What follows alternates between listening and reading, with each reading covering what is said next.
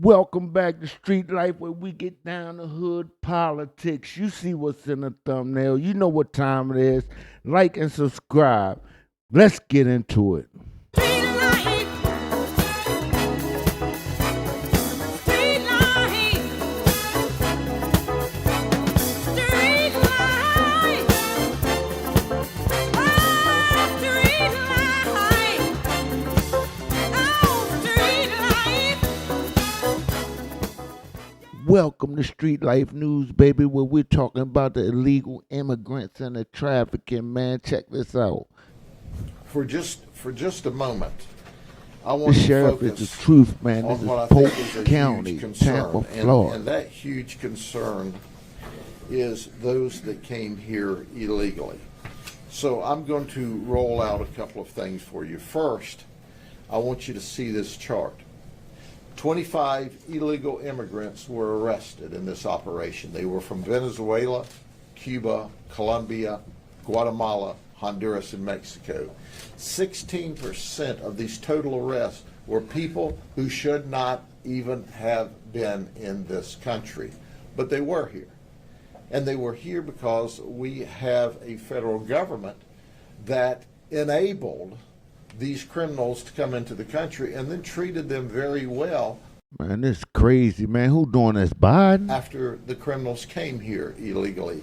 So let me share a story with you, and then I'm going to read a quote for you, and then let you see a video. Look, man, I want to stop, say subscribe, like the channel, man. We getting back into the immigrants and legal trafficking, man. Who fault is it? Biden fault? The prostitutes that came here, several of them had to pay off a coyote debt. Some of them said, hey, we did it because it was easy money. Others said, well, we came here and we were illegal, we couldn't get employment, so we turned to prostitution. Some of them said, we were threatened and our family was threatened if we did not prostitute for the coyotes or for the human traffickers. So I'm going to tell you one story about one of our suspects, Maria, and that's not her real name. She's from Venezuela. She made a conscious decision to come to this country to commit crime.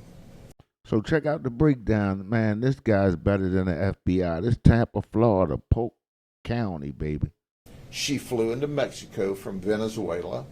She walked across from Juarez, Mexico, into El Paso, Texas, with her one-year-old child, where she was greeted by the Border Patrol. Did you hear what I said? She was greeted by the Border Patrol. There was no sneaking. She flew in, she got here, she simply walked across the open border. There is no border security at the southern border. So who fault is that? Is that Biden? Y'all let me know. Zero. It doesn't exist. So when she was greeted, and you'll understand why we use that term in a minute, you'll understand that she went to the Border Patrol processing, Crazy. where in one day she completed the processing and was released to a facility, a holding facility, a housing facility for immigrants. She said, I was given a DNA test to make sure that my DNA matched my child's. He was given a DEA test to make sure he was really my child. She said, once that occurred, they set me down and they told me all about the benefits that I would get in the United States. She said I was eligible and I had to fill out these forms so that I could get those benefits. She said, so I fill forms out for Medicaid, for SNAP, which is money for food. She said I was given free travel from the border to Chicago. When I got to Chicago, I couldn't find gainful employment there, so I thought, what the heck? Crazy work. I'll go to Florida. And then I got to fly to Florida. She was giving free housing, all because the United States paid for that. That's right, you, the taxpayers, got to pay for that. So this was all simply walking across the border. She said it was unbelievable to me. But let me read her quote, because understand, she walked across the border. This was not a stealthful act. And then they gave her free travel, free housing, free food, free medical care. It's crazy, and we struggling. All why people from the hurricane are still waiting for help. Let me read in English, and then we're going to play the video clip she agreed to do if we'd use another name. Okay, wait a minute. They got video of her admitting? Man, it's crazy. When I passed through immigration, they sat me down and explained to me all the benefits I was eligible for. I was told I could apply for government assistance. I could apply for health medical insurance for my son. And I could apply for food assistance.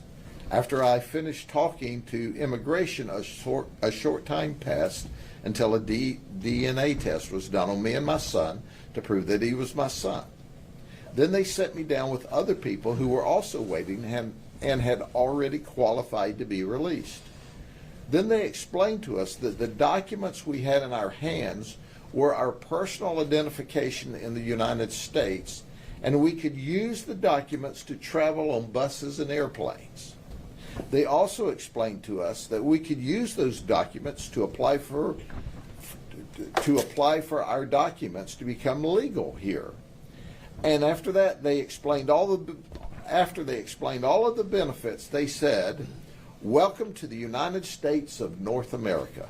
And from there, they transported us to a refugee camp. And all of this occurred in one day. So welcome to the United States. This is someone who just crossed the... They got benefits, food stamps, SNAP, all that one day. It take us almost 30 days. ...border illegally and to commit crime. And they were not only welcome to the United States, but then they were giving all kinds of benefits at the cost of the taxpayer. So let's listen to her in her words, and then we'll move on from there to other topics. Bueno, cuando pasé, me sentaron, me explicaron todos los beneficios que tenía, que podía recurrir a ayudas del gobierno, podría recurrir Man, like and subscribe, man. Like and subscribe, a seguros man. para el niño, seguros Get me médicos, up. podía recurrir a ayuda para el bebé solamente, ayuda de comida. Y allí, bueno, después que terminé de hablar con las personas, pasó un ratito que me hicieron la prueba de ADN para ver que mi hijo, sano era mi hijo, pues para comprobar que era mi hijo. Y después allí me sentaron en unas sillas con las otras personas que habían calificado ese día para salir. Y ahí nos explicaron que los documentos que nos estaban en nuestras manos, pues eran como nuestra identificación aquí en Estados Unidos, que con eso podíamos viajar en bus, en avión, que con eso podíamos sacar nuestros papeles más legalmente aquí. Y después que nos explicaron todo eso, de las ayudas y toda la cuestión, pues nos dijeron bienvenidos a los Estados Unidos de Norteamérica y ya de aquí nos llevaron a un refugio y salimos de migración. Hey, if anybody understood what she said, let me know. Hit me in the chat. Let me know. Now understand there are 4 women listed here as human trafficking victims that were smuggled across the border in addition to her. 2 of the human trafficking victims admitted they had to pay off a coyote debt of $6,000. Make no mistake about it, the government is complicit and is aiding and abetting human trafficking in the United States because they're creating an environment for people to start out here at more than they amassed where they came from. In addition to that, there is a wide open border where fentanyl is coming across, and that is encouraged, and as a result of that, we have thousands upon thousands of people dying in the United States. Now they blaming them for all the fentanyl too, man. This is crazy. And we about to vote?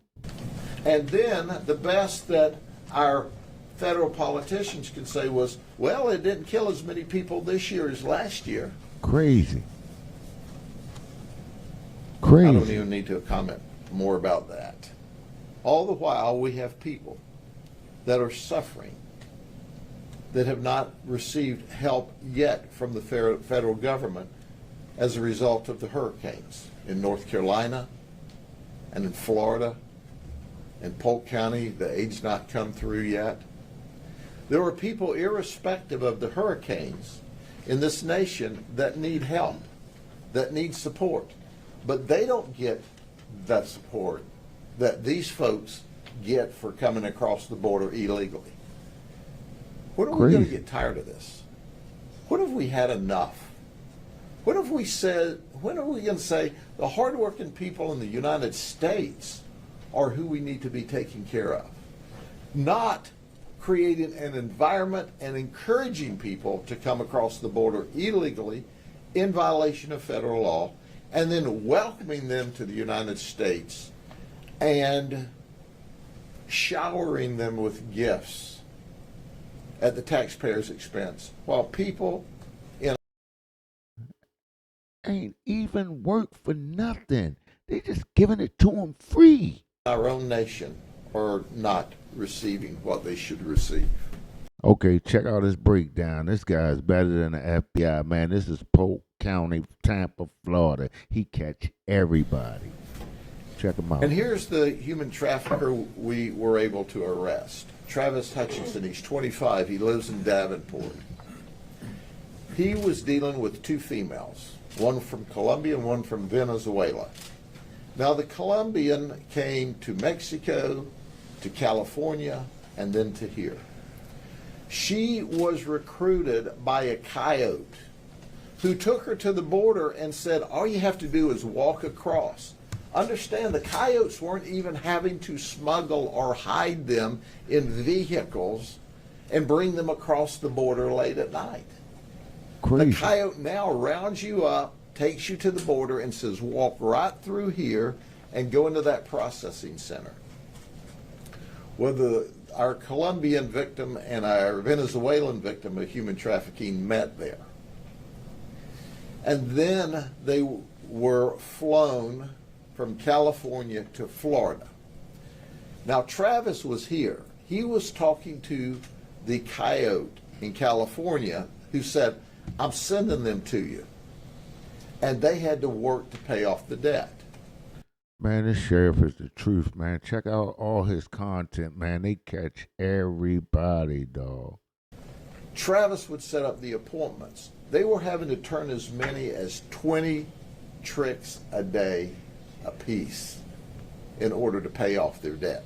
So they were paying the coyote's debt off. They were then paying Travis, and he was setting up all of these operations. Oh, they can even use Cash App if you don't have cash. It's amazing to me. So, Travis, when they would refuse or say, I'm tired, I don't want to do this anymore, he would slap and choke one of our victims and threaten them if they did not get out and go back to work. It is exciting. If this operation had only involved his arrest, it would have been a success. But let me go over a few more of the arrests.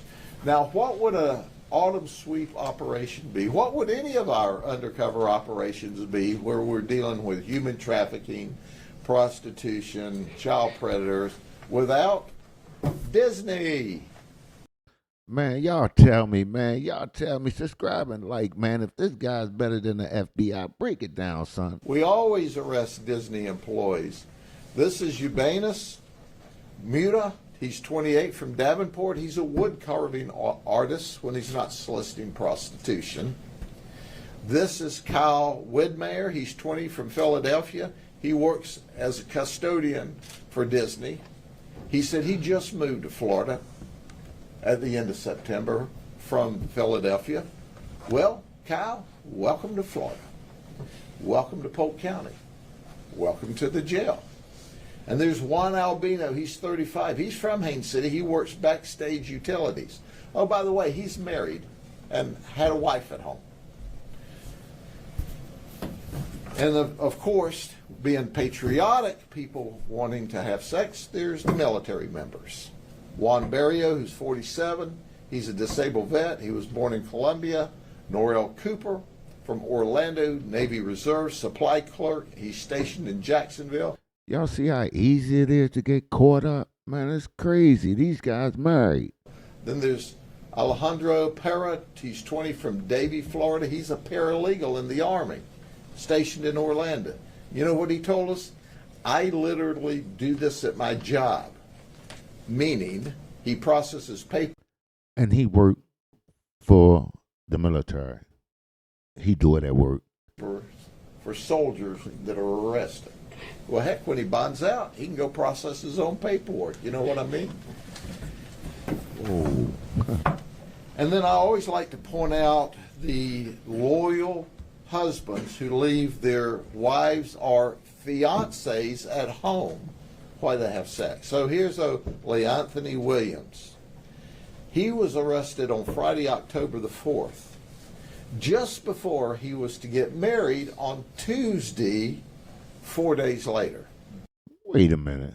Man, them girls must have had that value. The fiance was out of town at the time, and hey, he had some spare time on his hands. What can you say? You know, his quote was this, I hope she doesn't find out. Well, newsflash, it's going to be on every station, on social media. You know, she's going to find out. Then there's Jonathan Webster. He came all the way from the UK, from England. He was here on a 2-week vacation with his fiancée, and his fiancée thought he was going to Walmart.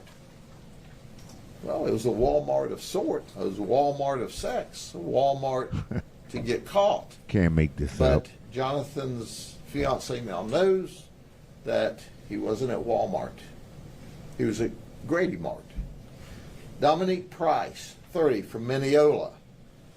His fiancée is pregnant. He told her that he was going to the gym for a little exercise.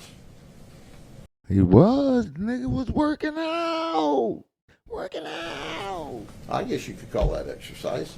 He was arrested on Friday, October 4th, but that's okay. He had 2 days to bond out before the baby was due on Sunday. And then there's always the previous sting arrest. You know, Tommy Thomas, 28, from Haines City, he was arrested in 2019. He said, hey, I had such a great time getting arrested by the sheriff's office and the team of detectives from the police departments. I think I'll go back and get arrested again. So that's what happened. And then Jose Perez says, well, you're not by yourself. I'm 38. I'm from Haines City. And he was arrested in 2017. His wife thought he was at work. Then there's Evans Joseph Jr. He was a prostitute, not a John. He was arrested. Wait a minute. Y'all left your wife and got caught up in a sex trafficking scandal? In 2022. Crazy for work. Prostitution. Crazy. And then this was kind of one of my favorites, so I gave him his own card by himself. Darren Sandiardo, he's 43, he's from Brentwood, New York. He's a volunteer firefighter, has been for 25 years. He's here on vacation. He's married with a 5-year-old son, charged with solicitation. So, there you go. But in addition to our human trafficker, if we only made these 3 arrests, it would have been a success. Because you see, in addition to a human trafficking operations, we're also doing a child predator operation. These 3 Oh, he ain't catch these yet. See, he's on the trail. This man is serious, man. He's better than the FBI. These are child predators. 3 folks traveled to the undercover location thinking they were going to have sex with a child. That's right, these are what we call pedophile or dangerous child sex predators. Michael Gillis is from Eden Prairie, Minnesota. Now there's a story about that. He was arrested in Minnesota for trying to have sex with a 14-year-old little boy. Crazy. Not only was he arrested for trying to have sex with a 14-year-old little boy, but he was out on an $85,000 bond Wow. from that charge. So he came to Orlando to work as a videographer. And he thought, well, I'm out on bond. Heck, let me go see if I can pick up a 14-year-old in Florida. And that's what he did. He showed up at our operation, and he was promptly arrested again for trying to have sex with a 14-year-old little boy, where he was put in jail on a $72,000 bond and required to have an ankle monitor. Well, you would think Minnesota would revoke his bond and say, hey, if you're out, you've got children at risk. But, You would think, 14? Come on. he hasn't been to trial yet. They haven't even revoked his bond. Minnesota's not even trying to arrest him. Now, we're working with the police up there that are working very hard to try to get him rearrested on their charges, because after all, he didn't make his October 10th court appearance in Minnesota because he was tied up here. Now he's out on a bond wearing an ankle monitor, and he can't leave the state. So I don't know how he answers to the charges up there until he answers to the charges here, but at the end of the day, he made admissions to us. Ladies and gentlemen, he is the classic example. If these child predators are not locked up, Watch your kids. Watch your children. children are in danger. And you would think that he would be afraid or scared or worried from his arrest in Minnesota doing the same thing. He would at least behave for a while. No, he comes right back to Florida and does the same thing. And then there's Ezekiel Mija from Haines City. He's here illegally. So here's an example. I want the current administration, the federal government, to understand, because you encourage, because you don't have any border security, that you are not only allowing but encouraging illegal people to come into this country to commit crime, to include child sex predators. He came here illegally, and his goal was to find a 14-year-old child and have sex with her. And that's Careful. Careful who you vote for. Think Biden did this. Would y'all agree? what he was trying to do if it weren't for our great detectives that stopped it. They traveled, folks. They actually showed up at a strange house in a strange community, in a strange neighborhood, in a strange county to have sex with a child. That's how dangerous. And he told them during his communication with what he thought was a 14-year-old child, you know, I could get in big trouble if I get caught. You think? Oh, by the way, did I tell you he's married with a 7-year-old daughter? And he sent his wife and daughter to North Carolina because of the threat of the storm, and he thought, hey, my wife and daughter are gone, the storm's not here yet, I'll just go see if I can have sex with a 14-year-old little girl. And then there's Brandon Orr, he's 28 from Kissimmee.